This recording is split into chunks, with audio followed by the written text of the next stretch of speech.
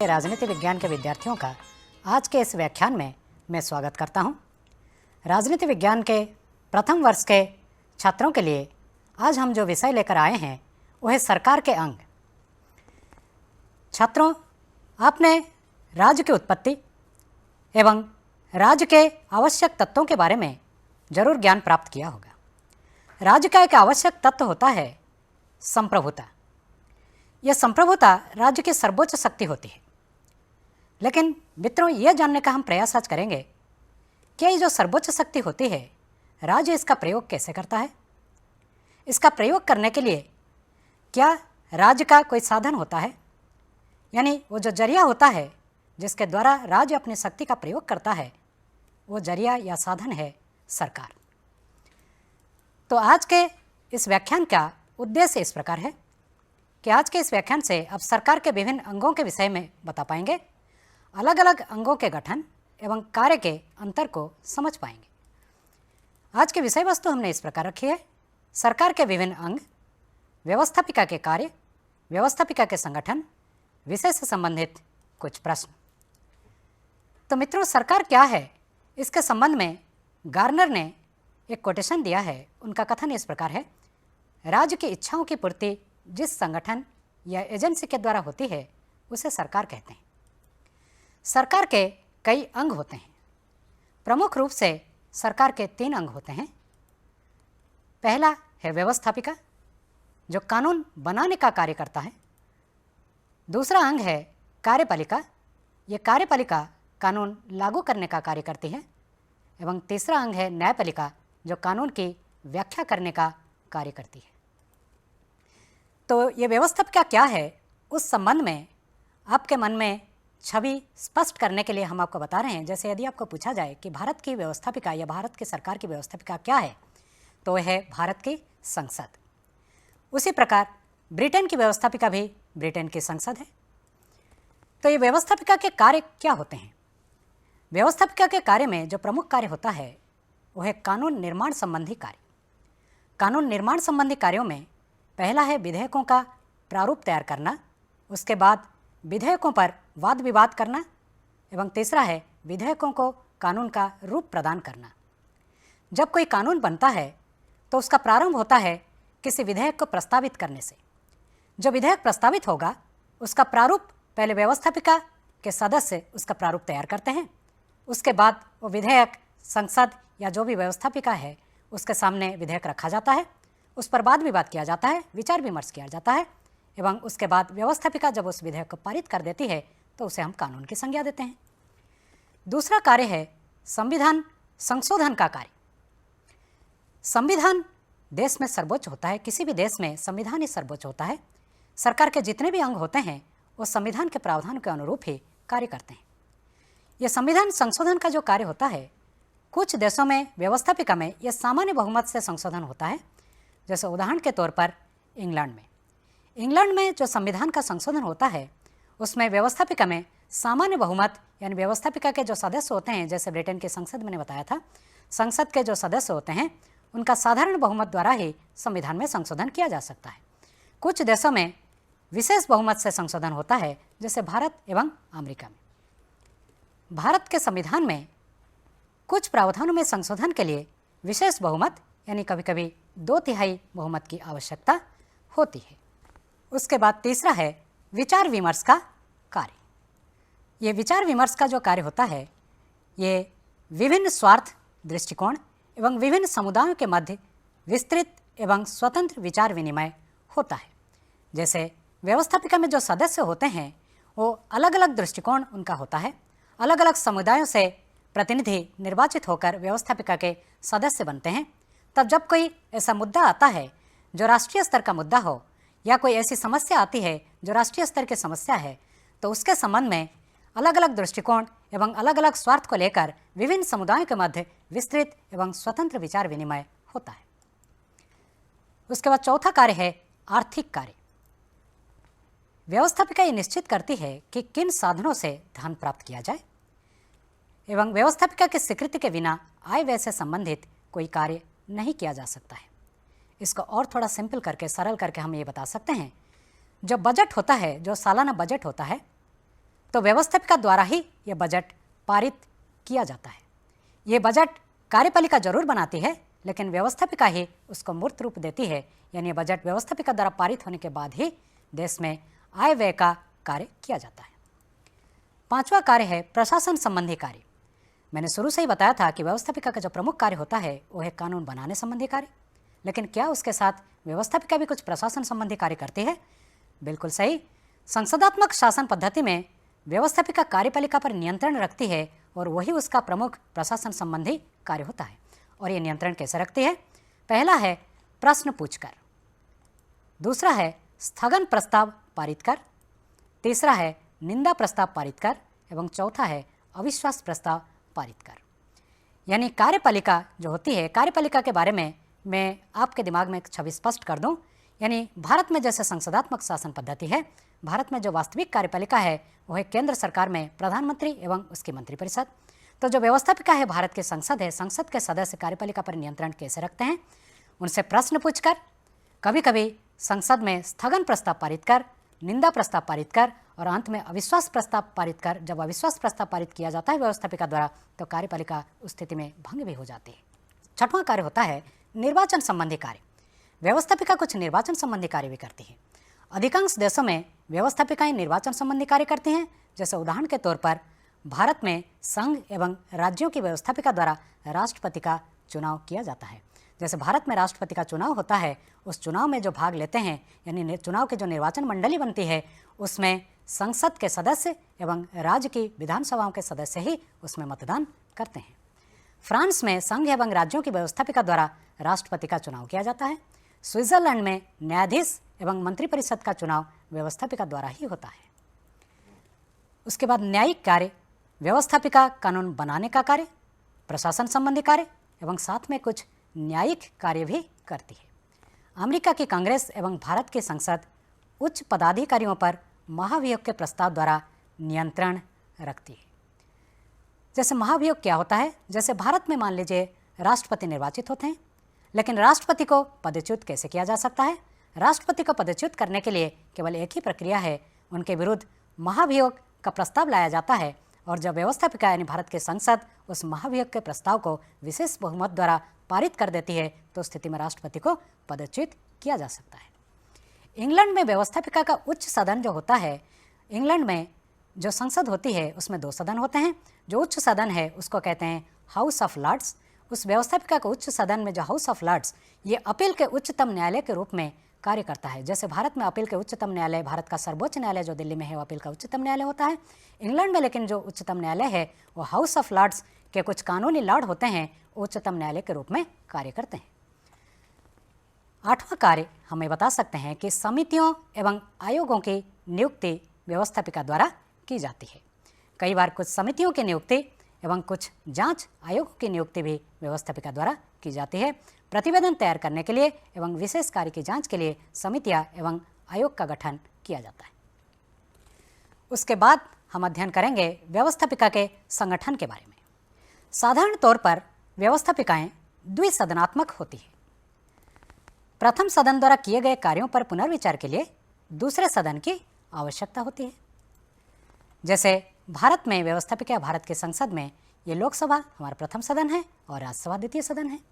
उसी प्रकार ब्रिटेन में ये कॉमन सभा ये उसका प्रथम सदन है एवं लॉर्ड सभा उसका द्वितीय सदन है। अमेरिका की ये सीनेट जो है उसका द्वितीय सदन है एवं उच्च सदन है एवं प्रतिनिधि सभा उसका प्रथम सदन है। द्विसदनात्मक व्यवस्थापिका के पक्ष में तर्क। आपके मन में जरूर ये प्रश्न आता होगा कि द्विसदनात्मक व्यवस्थापिका की आवश्यकता क्यों है? क्या एक सदन से व्यवस्थापिका नहीं चल सकती? लेकिन इसकी क्यों आवश्यकता है, इसके पक्ष में कुछ विचारकों ने अपना तर्क दिया है। इसका प्रथम तर्क यह है कि प्रथम सदन की मनमानी पर द्वितीय सदन रोक लगाता है। एक्टन का एक प्रमुख कथन है, उन्हें शक्ति के बारे में एक कथन दिया है। उन्हें यह कहा है कि शक्ति भ्रष्ट कर देती है एवं बिना किसी प्रतिबंध के दी हुई शक्ति नितांत भ्रष्ट कर देती है। गार्नर ने द्वितीय सदन के पक्ष में ये बात कही है कि द्वितीय सदन की विद्यमानता स्वतंत्रता की गारंटी एवं कुछ सीमा तक अत्याचार से सुरक्षा भी है। द्वितीय पक्ष ये रखा गया है कि गहन विचार के लिए आवश्यक सदन होता है द्वितीय सदन। बिना गहन विचार विमर्श के पारित किए गए विधेयक पर पुनर्विचार द्वितीय सदन में किया जाता है। जैसे मैं आपको बता दूं, आजकल ये जो राष्ट्रीय राज्य हैं, अधिकतर राज्य लोक कल्याणकारी राज्य कहलाते हैं। लोक कल्याणकारी राज्य में राज्य का कार्य अत्यधिक बढ़ गया है। उसमें केवल कार्यपालिका का नहीं बल्कि व्यवस्थापिका का कार्य भी काफ़ी हद तक बढ़ा हुआ है। चूँकि व्यवस्थापिका का कार्य काफ़ी बढ़ा हुआ है, अतः बिना गहन विचार विमर्श के कुछ विधेयक हो सकता है प्रथम सदन द्वारा पारित हो जाएं, तो द्वितीय सदन उस पर गहन विचार विमर्श कर सकता है जो जल्दबाजी में प्रथम सदन द्वारा पारित हो जाए। इस संबंध में ब्लंट्सली का एक कथन है। उन्होंने ये कहा है कि 2 आँखों की अपेक्षा 4 आँखें सदा अच्छा देखती हैं, विशेषतः जब किसी प्रश्न पर विभिन्न दृष्टिकोण से विचार करना आवश्यक हो। तृतीय पक्ष ये रखा गया है कि द्वितीय सदन में सभी वर्गों का प्रतिनिधित्व होता है। विशेष वर्ग जैसे विद्या, अनुभव एवं ज्ञान की दृष्टि से योग्य व्यक्तियों का प्रतिनिधित्व द्वितीय सदन में होता है। जैसे भारत का उदाहरण लें, भारत का द्वितीय सदन जो राज्यसभा है, राज्यसभा में 12 सदस्य राष्ट्रपति द्वारा मनोनीत किए जाते हैं, जो कला, विज्ञान एवं समाज सेवा आदि के क्षेत्र में कुछ विशिष्ट योगदान जिन लोगों का हो, उन्हें राष्ट्रपति द्वारा राज्यसभा में मनोनीत किया जाता है। तो उससे ये होता है कि कुछ विशेष वर्ग जो विद्या, अनुभव एवं ज्ञान की दृष्टि से योग्य होते हैं, उनका प्रतिनिधित्व द्वितीय सदन में हो पाता है। चतुर्थ पक्ष ये रखा गया है कि कार्य विभाजन से लाभ होता है। जन कल्याणकारी राज्य के विचार अपनाने के कारण व्यवस्थापिका के कार्य अधिक हैं। जैसे जनमत निर्माण में यह भी सहायक होता है। द्वितीय सदन विधेयक को पारित करने के पूर्व जनता को विधेयक के बारे में सोचने विचारने का समय देता है। जैसे मैंने पूर्व में भी आपसे बताया था, जब प्रथम सदन द्वारा किसी विधेयक को जल्दबाजी में पारित कर दिया जाता है, तो द्वितीय सदन विधेयक को पारित करने के पूर्व जनता को एक मौका देता है कि इस विधेयक के संबंध में, इस विधेयक में जो प्रावधान है, राष्ट्रीय नीति पर उसका क्या प्रभाव होगा, उसके संबंध में विचार विमर्श के लिए यह समय जनता को सोचने एवं विचारने के लिए अवश्य प्रदान करता है। द्वितीय सदन अनुभवी लोगों का सदन होता है। जैसे मैंने पूर्व में बात की थी कि जो योग्य लोग होते हैं एवं अनुभवी लोग होते हैं, उनको द्वितीय सदन में सदस्य बनाया जाता है। साधारणतः उच्च सदन के सदस्य राजनीतिक दृष्टि से अधिक अनुभवी होते हैं। जो राजनीतिक दृष्टि से वयोवृद्ध नेता होते हैं, अधिकतर आमतौर पर यही पाया जाता है कि उनको द्वितीय सदन का सदस्य अवश्य बनाया जाता है। सातवां पक्ष ये रखा गया है कि संघात्मक शासन पद्धति के लिए ये आवश्यक होता है। शासन पद्धतियाँ खास तौर पर प्रजातंत्र में 2 प्रकार की पाई जाती हैं। एक एकात्मक शासन पद्धति होती है एवं दूसरी संघात्मक शासन पद्धति होती है। संघात्मक शासन पद्धति में जो राज्य होता है, वो कई राज्यों, कई इकाइयों को लेकर एक संघ राज्य का निर्माण किया जाता है। तो अधिकांश संघ राज्यों में प्रथम सदन में जनसंख्या के आधार पर एवं द्वितीय सदन में समानता के आधार पर प्रतिनिधि भेजे जाते हैं। संघात्मक शासन पद्धति के बारे में मैं और एक चीज़ आपको स्पष्ट कर दूं। इसमें संविधान में संघ एवं इकाइयों के मध्य शक्ति का विभाजन किया जाता है। यानी कुछ प्रावधान ऐसे होते हैं, कुछ विषय ऐसे होते हैं जिनमें राज्य सरकार ही कानून बनाती है एवं कुछ विषय ऐसे होते हैं जिनमें केंद्र सरकार ही कानून बनाती है। तो इस प्रकार की शासन पद्धति में अधिकांश संघ राज्यों में प्रथम जनसंख्या के आधार पर एवं द्वितीय सदन में समानता के आधार पर प्रतिनिधि भेजे जाते हैं। जैसे अमेरिका में उसके द्वितीय सदन जो सीनेट है, सीनेट में अमेरिका के जो 50 राज्य हैं, प्रत्येक राज्य से 2 प्रतिनिधि निर्वाचित होकर सीनेट में आते हैं। द्विसदनात्मक व्यवस्थापिका के पक्ष में हमने कई तर्क दिए, लेकिन कुछ विचारक ऐसे हैं जो द्विसदनात्मक व्यवस्थापिका के पक्ष में नहीं है बल्कि उसके विपक्ष में तर्क दिए हैं। उन विचारकों का ये मानना है कि व्यवस्थापिका के लिए एक ही सदन पर्याप्त होता है, उसमें 2 सदनों की कोई आवश्यकता नहीं है। इस संबंध में तर्क देते हुए, यानी द्विसदनात्मक व्यवस्थापिका के विपक्ष में तर्क देते हुए एबेसीज ने एक कथन दिया है। उनका ये कहना है कि किसी भी विषय पर लोकमत एक ही हो सकता है, 2 नहीं। इसलिए जनता की इच्छा का प्रतिनिधित्व करने के लिए एक ही सदन होना चाहिए। उनका ये कहना है कि किसी भी विषय पर संपूर्ण राज्य में जो लोकमत है, यानी हम ये कह सकते हैं जो पूरी जनता का बहुमत का जो मत होता है वो केवल एक ही हो सकता है, वो दो नहीं हो सकता। तो इसलिए जनता की इच्छा का प्रतिनिधित्व करने के लिए केवल एक ही सदन पर्याप्त है, उसमें दो सदन की किसी प्रकार की आवश्यकता प्रतीत नहीं होती। दूसरा पक्ष उनने रखा है, जिनने उसके विपक्ष में तर्क रखा है, उनका यह कहना है कि द्वितीय सदन जो होता है अधिकतर ये पाया जाता है कि ये रूढ़िवादिता का गढ़ होता है, यानी ये विकास के मार्ग में बाधक होते हैं। इस संबंध में ये कहा जाता है कि प्रगतिशील सुधार के मार्ग में ये बाधक है एवं सदस्य अपने विधायी कार्य के प्रति उदासीन रहते हैं। अधिकतर ये पाया जाता है, खासतौर पर ब्रिटेन जो संसद की जननी मानी जाती है, ब्रिटेन की संसद, तो वहाँ ये पाया जाता है कि उसका जो द्वितीय सदन होता है, लॉर्ड सभा है, उसको ये कहा गया है कि प्रगतिशील सुधार के मार्ग में ये बाधक है और जो सदस्य होते हैं अपने विधायी कार्य के प्रति उदासीन रहते हैं, यानी विधायी कार्य को सुचारू रूप से उस कर्तव्य का संपादन भी नहीं करते हैं। ब्रिटेन के लॉर्ड सभा के सदस्यों के बारे में कार्टर ने यह कथन दिया है कि अपने विधायी कर्तव्यों को निभाना तो दूर रहा, लॉर्ड सदन में आने तक का कष्ट भी नहीं उठाते हैं। यानी कार्टर ने यह कहा है कि अपने विधायी कर्तव्य तो नहीं करते हैं, साथ में किसी बात पर विचार विमर्श के लिए लॉर्ड सदन में, यानी ब्रिटेन के जो द्वितीय सदन है लॉर्ड सभा, उसमें आने तक का कष्ट नहीं उठाते हैं।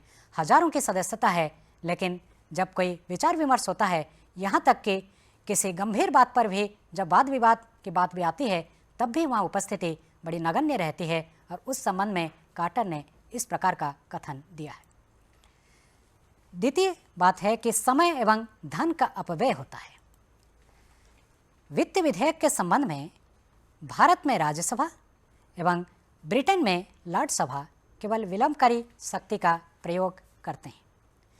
तो कई विचारों को कई मानना है कि ये द्वितीय सदन जो है इससे समय एवं धन का अपव्यय होता है, क्योंकि अधिकतर द्वितीय सदन को कई शक्तियां प्राप्त नहीं है और ख़ास तौर पर जहां तक वित्तीय शक्ति की बात आती है, वहां अमेरिका के द्वितीय सदन को यदि हम छोड़ दें, आमतौर पर जितने भी द्वितीय सदन होते हैं व्यवस्थापिका के, वित्तीय मामलों में उनकी शक्ति बड़ी कमज़ोर होती है एवं वित्त विधेयक के संबंध में भारत में जो राज्यसभा है उसको केवल 14 दिन तक किसी वित्त विधेयक को रोक कर रखने की शक्ति प्राप्त है एवं ब्रिटेन में लॉर्ड सभा केवल 1 महीने तक एक वित्त विधेयक को रोक कर रख सकती है और उसमें किसी प्रकार के परिवर्तन करने की शक्ति उनको प्राप्त नहीं है, केवल परिवर्तन का सुझाव भर दे सकते हैं। उसके बाद तीसरी बात है कि संगठन जो है वो अलोकतांत्रिक है। द्वितीय सदन में ब्रिटेन में जो अधिकतर सदस्य होते हैं ये वंशानुगत परंपरा के आधार पर पदासीन होते हैं। कनाडा में जो सदस्य होते हैं ये मनोनीत होते हैं एवं भारत के जो सदस्य होते हैं राज्यसभा के, वो अप्रत्यक्ष रूप से निर्वाचित होते हैं राज्यों की विधानसभा द्वारा, जबकि आपको मालूम है कि भारत का जो प्रथम सदन होता है लोकसभा है, वहाँ जो सदस्य होते हैं वो प्रत्यक्ष रूप से निर्वाचित होकर जाते हैं, लेकिन द्वितीय सदन राज्यसभा में जो सदस्य होते हैं वो अप्रत्यक्ष रूप से निर्वाचित होकर जाते हैं। और अलोकतांत्रिक होने का सबसे बड़ा उदाहरण है ये ब्रिटेन, जहाँ अधिकतर सदस्य वंशानुगत परंपरा के आधार पर पदासीन होते हैं। दोनों सदनों में विवाद की स्थिति भी संभव है। डॉक्टर बेंजामिन फ्रैंकलिन ने यह कहा है कि 2 सदन रखना ठीक ऐसा ही है जैसे एक गाड़ी के दोनों तरफ घोड़े जोत दिए जाएं और वे विरोधी दिशा में जाने का प्रयत्न करें।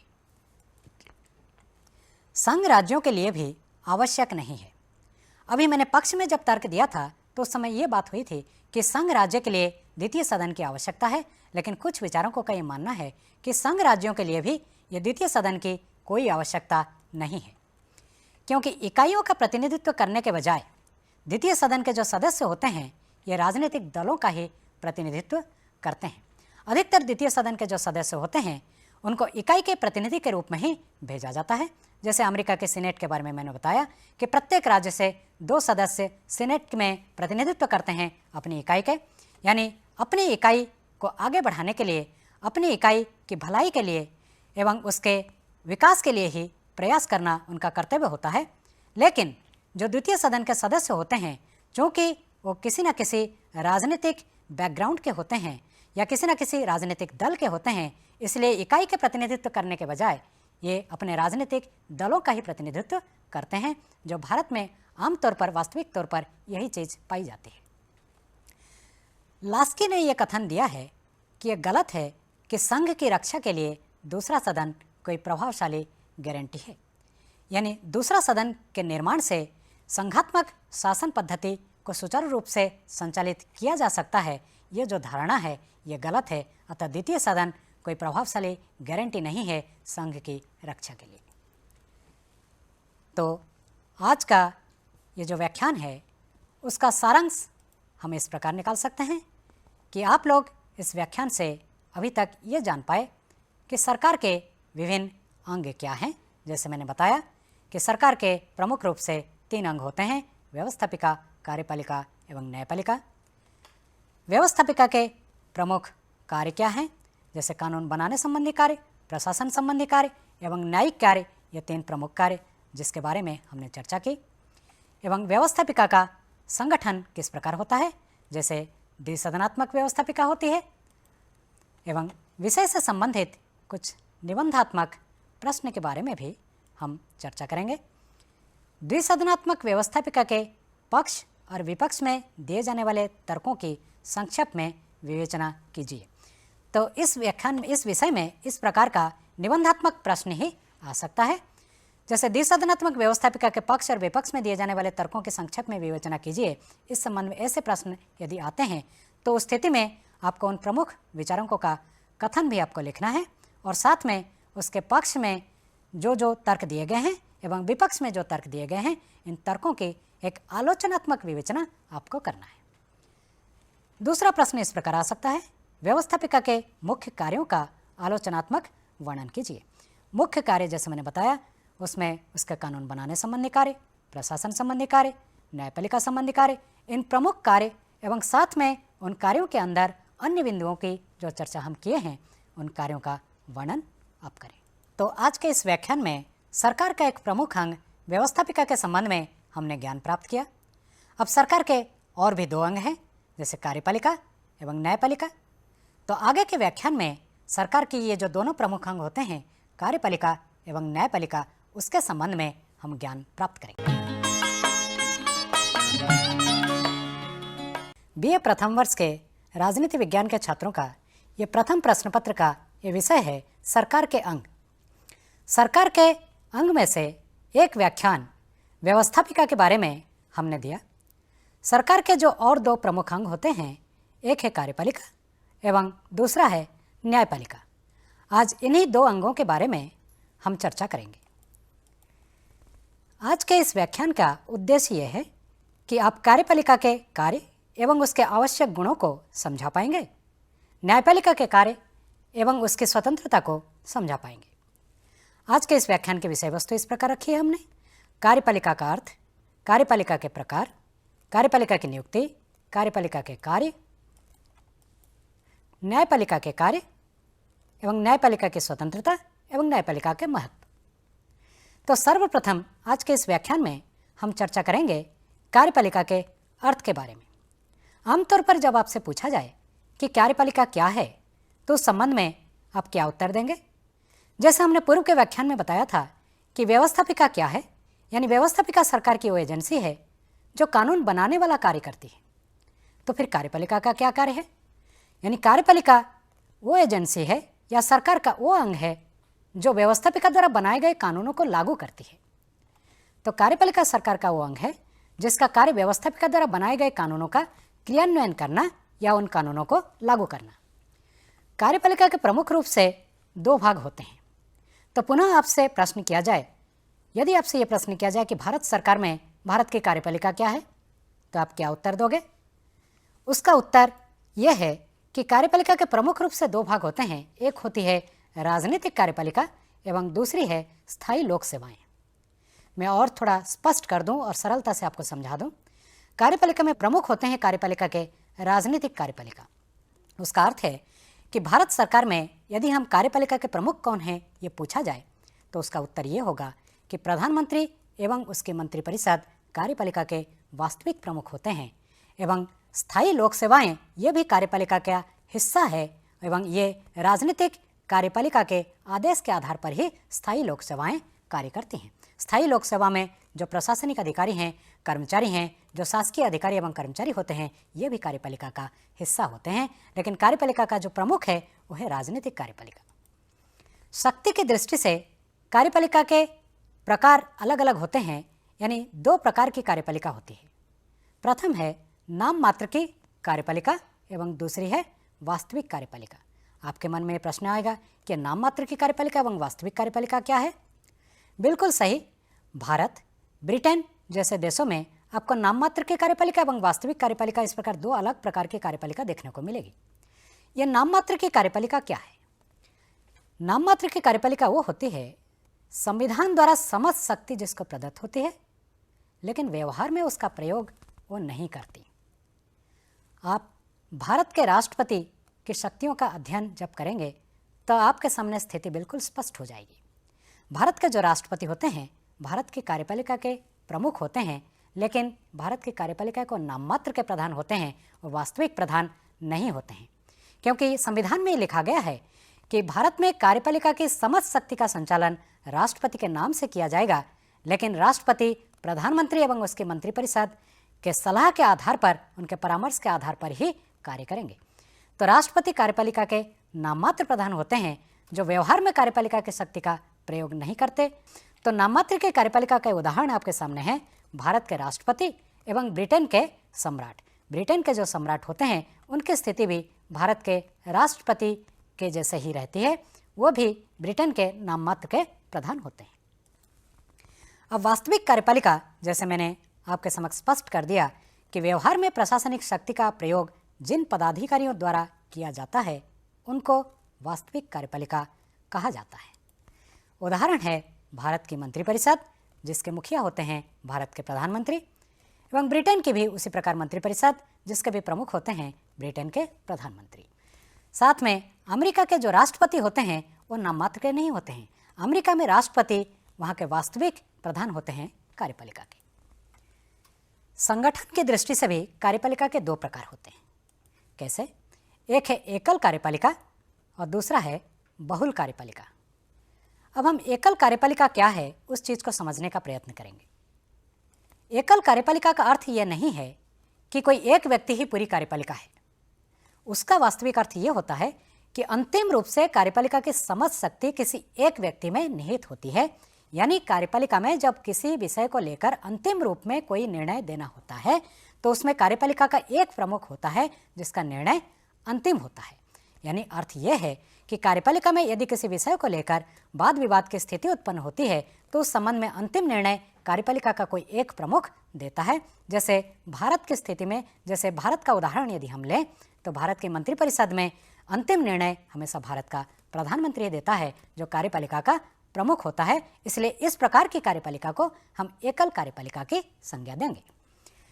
उसके उदाहरण के तौर पर जैसे भारत में प्रधानमंत्री, अमेरिका में राष्ट्रपति, ब्रिटेन में प्रधानमंत्री एवं कनाडा में उसका प्रधानमंत्री कार्यपालिका के प्रमुख होते हैं और ये सब एकल कार्यपालिका के उदाहरण होते हैं।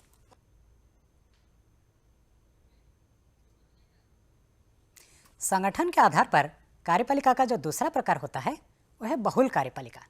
अब ये बहुल कार्यपालिका क्या है?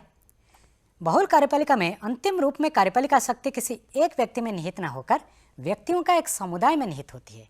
यानी व्यक्तियों का एक गुट होता है जो गुट अंतिम रूप से निर्णय लेता है। इसका उदाहरण विश्व में बहुत कम देखने को मिलता है और इसका एक ज्वलंत उदाहरण है स्विट्जरलैंड। स्विट्जरलैंड एक छोटा सा देश है यूरोप का जहां बहुल कार्यपालिका का उदाहरण देखने को मिलता है। वो एक ऐसा संविधान है स्विट्जरलैंड का संविधान जहां कई अनोखी विशेषताएं संविधान संबंधी देखने को मिलती है और ये बहुल कार्यपालिका उनमें से एक है। वहाँ कार्यपालिका सत्ता 7 सदस्यों की एक संघीय परिषद में निवास करती है। वहाँ कोई एक व्यक्ति अंतिम निर्णय नहीं लेता है, जबकि 7 सदस्यों की एक संघीय परिषद होती है जो अंतिम रूप से निर्णय लेती है। तो व्यवहार में विश्व के लगभग सभी देशों में एकल कार्यपालिका ही विद्यमान है। इसी एकल कार्यपालिका के पक्ष में नेपोलियन, जो फ्रांस के एक महान शासक थे, तो उनने एक कथन दिया है। उसी से स्पष्ट हो जाता है कि कैसे एकल कार्यपालिका ही बहुल कार्यपालिका से श्रेयस्कर होती है और अधिकतर उसी को ही अपनाया जाता है। उसके पीछे कारण ये है, नेपोलियन ने कहा है कि 2 अच्छे सेनापतियों की अपेक्षा एक बुरा सेनापति श्रेष्ठ होता है। अब कार्यपालिका की नियुक्ति की विधि के बारे में हम अध्ययन करेंगे। कार्यपालिका की नियुक्ति कैसे होती है? जैसे भारत में कार्यपालिका का वास्तविक प्रधान जैसे प्रधानमंत्री है, तो आपसे यदि पूछा जाए कि प्रधानमंत्री की नियुक्ति कैसे होती है, नियुक्ति की विधि क्या है, तो आप तत्काल जवाब दोगे कि भारत का जो प्रधानमंत्री होता है वो आम चुनाव में निर्वाचित होकर आता है, उसके बाद फिर राष्ट्रपति उसकी नियुक्ति करता है। तो कार्यपालिका की नियुक्ति की विधि यहाँ जो हुई ये जनता द्वारा निर्वाचन की ही विधि है। तो 3 अलग अलग प्रकार की विधियाँ हैं। एक है वंशानुगत पद्धति के आधार पर कार्यपालिका की नियुक्ति होती है, दूसरा जनता द्वारा निर्वाचन के आधार पर, और तीसरा उस राज्य की व्यवस्थापिका द्वारा कार्यपालिका का निर्वाचन होता है। तो पहले वंशानुगत पद्धति के आधार पर जो कार्यपालिका की नियुक्ति होती है उसके संबंध में आइए हम अध्ययन करें। ये वंशानुगत पद्धति के आधार पर खास तौर पर राजतंत्रीय शासन से ही यह संबंधित है। वंशानुगत पद्धति यहाँ पद की जो अवधि होती है ये आजीवन होती है एवं प्राचीन एवं मध्य युग में ये सर्वाधिक ये पद्धति प्रचलित थी। खास तौर पर जो राजा होते हैं, सम्राट होते हैं, ये वंशानुगत पद्धति के आधार पर ही गद्दी पर बैठते हैं, पदासीन होते हैं। जैसे इंग्लैंड में जो नाम मात्र के प्रधान होते हैं, वहाँ के कार्यपालिका के प्रधान जो सम्राट, ये वंशानुगत पद्धति के आधार पर ही अपने पद पर आसीन होते हैं। तो ये अधिक तौर पर प्राचीन एवं मध्य युग में इस प्रकार की पद्धति प्रचलित थी। वर्तमान समय में इस प्रकार की पद्धति प्राय देखने को नहीं मिलती है। जो दूसरी पद्धति है वर्तमान समय में जो अधिकतर प्रचलित है वह है जनता द्वारा निर्वाचन, यानी कार्यपालिका का जो प्रमुख होता है एवं कार्यपालिका के जो अन्य सदस्य होते हैं, खासतौर पर राजनीतिक कार्यपालिका, मैं यहाँ स्थायी लोक सेवाओं की बात नहीं कर रहा हूँ, जो राजनीतिक कार्यपालिका के जो सदस्य होते हैं ये जनता द्वारा, क्योंकि यही वही कार्यपालिका के प्रमुख होते हैं, ये जनता द्वारा अधिकतर निर्वाचित होते हैं, या तो प्रत्यक्ष रूप से निर्वाचित होते हैं जैसे भारत के प्रधानमंत्री एवं उसकी मंत्रिपरिषद, या फिर अप्रत्यक्ष रूप से निर्वाचित होते हैं जैसे भारत के कार्यपालिका के नाम मात्र के प्रधान जैसे भारत के राष्ट्रपति, जो अप्रत्यक्ष रूप से निर्वाचित होते हैं।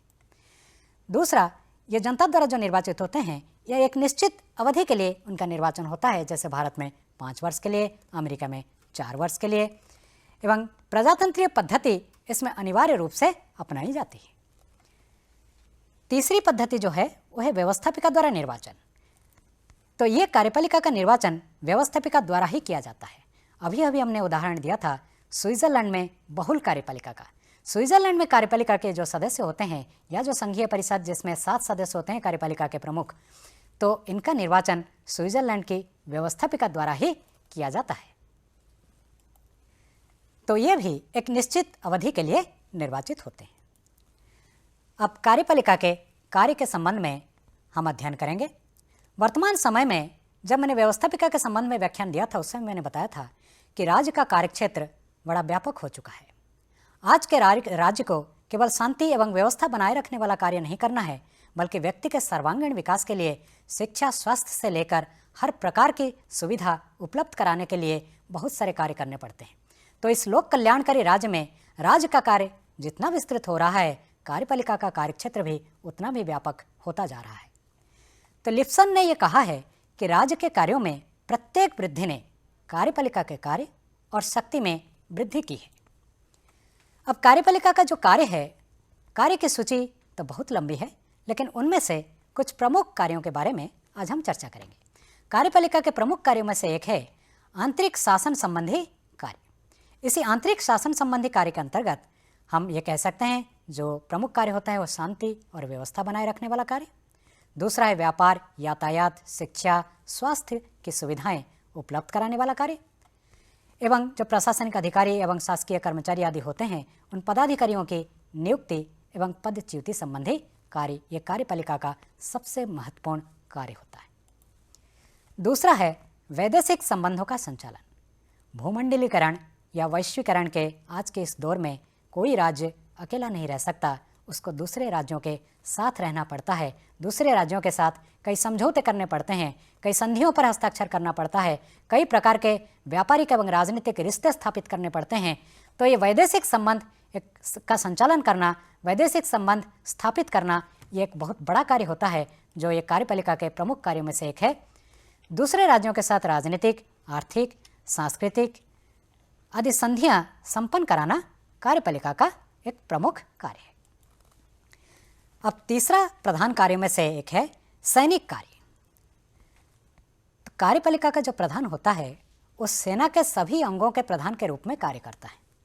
जैसे भारत में राष्ट्रपति की शक्तियों का अध्ययन जब आप करेंगे तब आपको पता चलेगा कि भारत का जो राष्ट्रपति होता है, कार्यपालिका का नाम मात्र का प्रधान होता है, वो भारत के तीनों सेनाओं का प्रमुख होता है, उस तीनों सेनाओं का प्रधान होता है। और आवश्यकता अनुसार युद्ध अथवा शांति की घोषणा भी कार्यपालिका ही करती है। साथ में कार्यपालिका का वित्तीय कार्य भी होता है।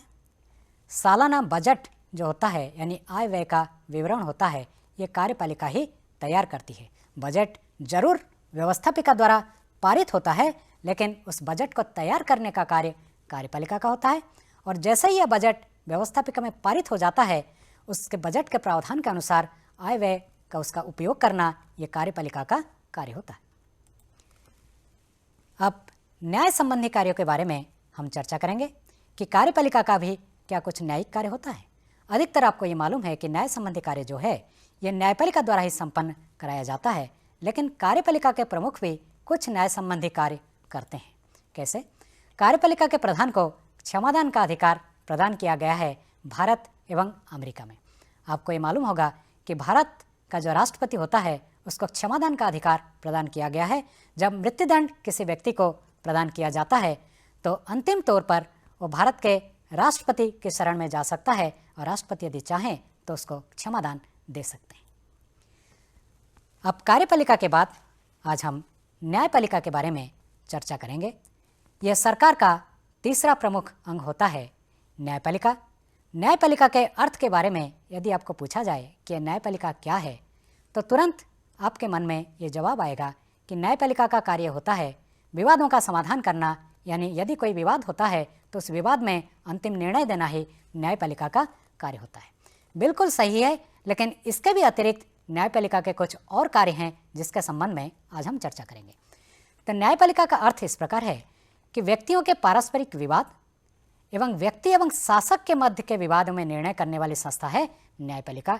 ये जो दूसरी पंक्ति है ये अति महत्वपूर्ण है। हम लोग आमतौर पर यही समझते हैं कि व्यक्तियों के पारस्परिक विवाद में निर्णय करना का कार्य होता है न्यायपालिका का, लेकिन व्यक्ति एवं शासक के मध्य भी कई बार विवाद उत्पन्न हो जाता है और उसके संबंध में भी अंतिम निर्णय करने वाली संस्था होती है न्यायपालिका। तो न्यायपालिका के कार्य क्या होते हैं? पहला कार्य होता है अभियोगों का निर्णय करना, यानी व्यक्तियों के मध्य जब दीवानी, फौजदारी या व्यापार संबंधी विवाद उत्पन्न होते हैं तो न्यायपालिका का सर्वप्रथम कार्य जो कानून विद्यमान है, जो कानून के जो प्रावधान है, उनके आधार पर इन विवादों का निर्णय करना होता है। दूसरा कार्य जिसको हम आमतौर पर नहीं जान पाते वह है अति महत्वपूर्ण कार्य, वो है कानून की व्याख्या करना, यानी देश का जो कानून होता है आधिकारिक रूप में उसका अंतिम रूप से व्याख्या करना न्यायपालिका का ही कार्य होता है। आमतौर पर हम सभी जानते हैं कानून की जो भाषा होती है वो जटिल होती है और कई बार कानून की भाषा को लेकर संदेह एवं दुविधा की स्थिति उत्पन्न होती है। जब इस प्रकार की स्थिति उत्पन्न होती है तो कानून की अंतिम रूप में व्याख्या कौन करता है? ये कार्य न्यायपालिका करती है। कानून की भाषा के संबंध में जब कोई संदेह या दुविधा की स्थिति उत्पन्न होती है तो न्यायपालिका ही उसकी अधिकारपूर्ण व्याख्या करती है। अब तीसरा प्रमुख कार्य यह होता है कि व्यक्ति की स्वतंत्रता की रक्षा। अब कानून की व्याख्या के संबंध में मैं और एक उदाहरण आपको बता दूं। जब भारत का संविधान का निर्माण किया गया तो उसके संबंध में उसकी भाषा को लेकर यह कहा गया था कि भारत का ये जो संविधान है ये वकीलों का स्वर्ग है। कारण यह है भारत का संविधान की जो भाषा है ये आम आदमी की समझ के परे है, तो इसलिए इस प्रकार की भाषा जिसमें कई प्रकार की जटिलताएं समाहित हो तो स्थिति में न्यायपालिका ही उसका अधिकारपूर्ण व्याख्या करती है। अब तीसरा जो कार्य है वह है व्यक्ति की स्वतंत्रता की रक्षा। व्यक्ति के जो मौलिक अधिकार होते हैं अंतिम रूप से उसका रक्षक न्यायपालिका है। मौलिक अधिकार के बारे में जब आप मौलिक अधिकार वाला विषय का अध्ययन करोगे तो उस समय आप इस चीज़ को समझ लोगे कि जो मौलिक अधिकार होते हैं उनको राज्य द्वारा उसका हनन भी नहीं किया जा सकता। यदि राज्य द्वारा भी आपके मौलिक अधिकार को छीना जाता है, उसमें कोई हस्तक्षेप किया जाता है, तो स्थिति में आप न्यायपालिका के शरण में जा सकते हैं। यानी भारत का यदि उदाहरण दें तो स्थिति में भारत में आप उच्च न्यायालय या सर्वोच्च न्यायालय में इस संबंध में याचिका प्रस्तुत कर सकते हैं। यानी व्यक्ति के मौलिक अधिकार का अंतिम रक्षक न्यायपालिका होती है। चौथा एक कार्य है परामर्श संबंधी कार्य। ये कार्य क्या है? न्यायपालिका निर्णय देने के साथ साथ कानूनी प्रश्नों पर परामर्श देने का कार्य भी करती है। जब कानून से संबंधित कोई ऐसा प्रश्न उत्पन्न हो जाए जिस पर देश की कार्यपालिका भी दुविधा में हो, तो उस स्थिति में कार्यपालिका न्यायपालिका का परामर्श मांग सकती है। ब्रिटेन, कनाडा, ऑस्ट्रेलिया, स्वीडन आदि देशों में ऐसी व्यवस्था है। हमारे भारत में भी भारतीय संविधान के अनुसार राष्ट्रपति सार्वजनिक महत्व के किसी प्रश्न पर सर्वोच्च न्यायालय से परामर्श मांग सकता है।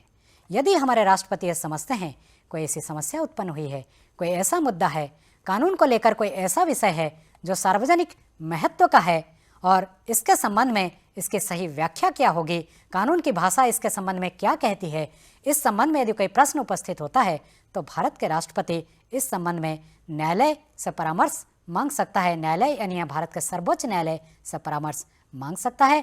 अब परामर्श संबंधी कार्य के उपरांत अब हम चर्चा करेंगे न्यायपालिका के एक प्रमुख कार्य के बारे में, वह है न्यायिक पुनर्विलोकन का कार्य। यह न्यायिक पुनर्विलोकन क्या है, आइए इस चीज़ को हम आपको समझा दें। आपको ये मालूम है कि व्यवस्थापिका कानून का निर्माण करती है, कार्यपालिका उस कानून को लागू करती है। लेकिन जो भी कानून बनाए जाते हैं, व्यवस्थापिका अपनी मर्जी से कोई कानून नहीं बनाती है। कानून बनाने के लिए राज्य में जो सर्वोच्च है वो संविधान, उसके प्रावधानों के अनुरूप ही कानून बनाना पड़ता है। यानी व्यवस्थापिका कोई ऐसा कानून नहीं बना सकती जो संविधान के अनुरूप ना हो, या ऐसा कानून का निर्माण नहीं किया जा सकता जो संविधान के प्रावधानों के प्रतिकूल हो। यदि ऐसा होता है, मान लीजिए व्यवस्थापिका कोई ऐसा कानून बना लेती है जो संविधान के अनुरूप ना हो, संविधान के प्रावधान के अनुसार ना हो, संविधान विरोधी हो, तो स्थिति में क्या होगा? तो स्थिति में यह न्यायिक पुनर्विलोकन की शक्ति का प्रयोग उस देश की न्यायपालिका ही करती है।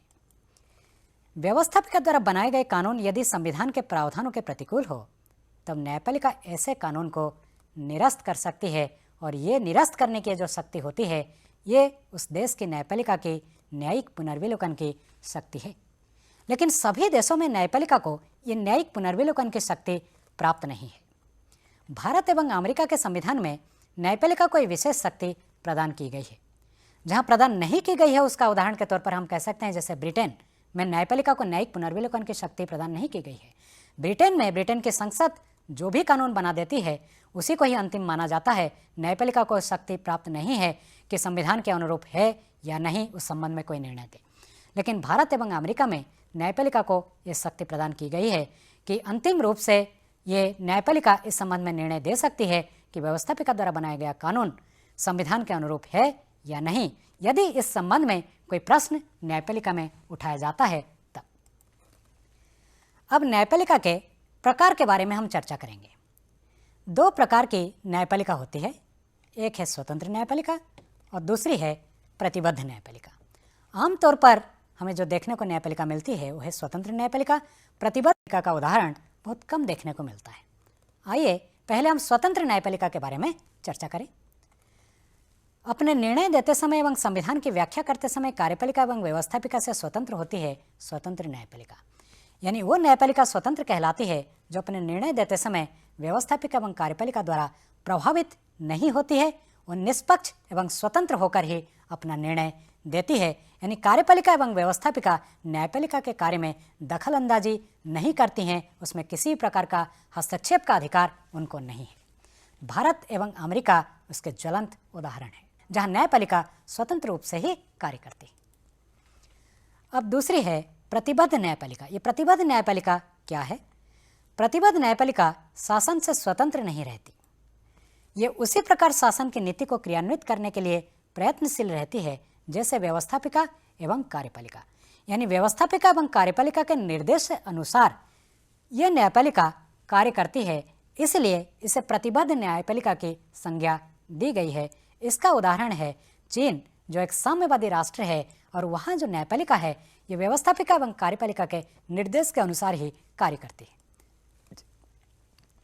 तो न्यायपालिका की स्वतंत्रता के संबंध में हम चर्चा करेंगे। यानी एक निष्पक्ष एवं स्वतंत्र न्यायपालिका ही एक सभ्य राष्ट्र का आधार ही मानी जाती है। गार्नर ने स्वतंत्रता न्यायपालिका की स्वतंत्रता के संबंध में एक बहुत अच्छा कथन दिया है। उनने कहा है कि न्यायाधीशों में सत्यता, एवं निर्णय देने की स्वतंत्रता ना हो तो न्यायपालिका का सारा ढांचा खोखला प्रतीत होगा और उस ऊंचे उद्देश्य की सिद्धि नहीं होगी जिसके लिए उसका निर्माण किया गया है।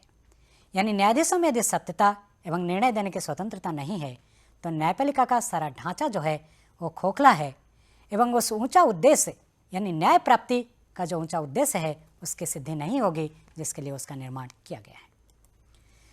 तो न्यायपालिका की स्वतंत्रता की आवश्यकता क्यों है? उसकी आवश्यकता जो है ये प्रजातंत्र की रक्षा हेतु, खासतौर पर जहाँ प्रजातंत्र है वहाँ यदि स्वतंत्र न्यायपालिका नहीं है तो प्रजातंत्र की रक्षा जो है संभव नहीं है। दूसरा, संविधान की रक्षा हेतु देश के संविधान की अंतिम रूप से व्याख्या न्यायपालिका द्वारा की जाती है। यदि न्यायपालिका स्वतंत्र नहीं होगी तो स्थिति में संविधान की रक्षा संभव नहीं होगी।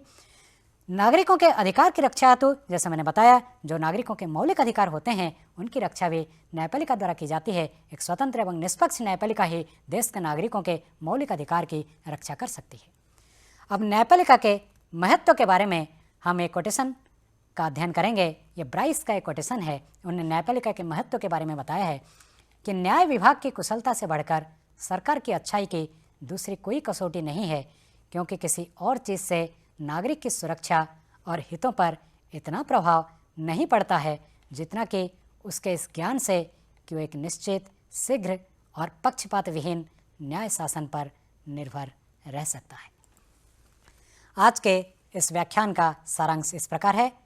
आपने अभी तक ये जाना कि कार्यपालिका कितने प्रकार की होती है, उनकी नियुक्ति कैसे होती है और उनका कार्य क्या होता है, न्यायपालिका का अर्थ एवं उसके कार्य, न्यायपालिका की स्वतंत्रता एवं उसका महत्व। तो इस व्याख्यान के आधार पर कुछ निबंधात्मक प्रश्न इस प्रकार हैं। कार्यपालिका कितने प्रकार की होती है, कार्यपालिका के कार्य क्या होते हैं। प्रश्न ये भी आ सकता है न्यायपालिका पर आधारित, न्यायपालिका का अर्थ बताइए, उसके कार्य क्या होते हैं, न्यायपालिका की स्वतंत्रता का आलोचनात्मक वर्णन कीजिए। तो आज के इस व्याख्यान में आपने सरकार के दो प्रमुख अंग कार्यपालिका एवं न्यायपालिका के संबंध में ज्ञान प्राप्त किया। उससे संबंधित जो निबंधात्मक प्रश्न आएंगे उसके संबंध में भी आपने जाना। अब मुझे यकीन है कि आप इससे संबंधित जो भी प्रश्न आएगा उसका उत्तर देने में अब सक्षम होंगे। धन्यवाद।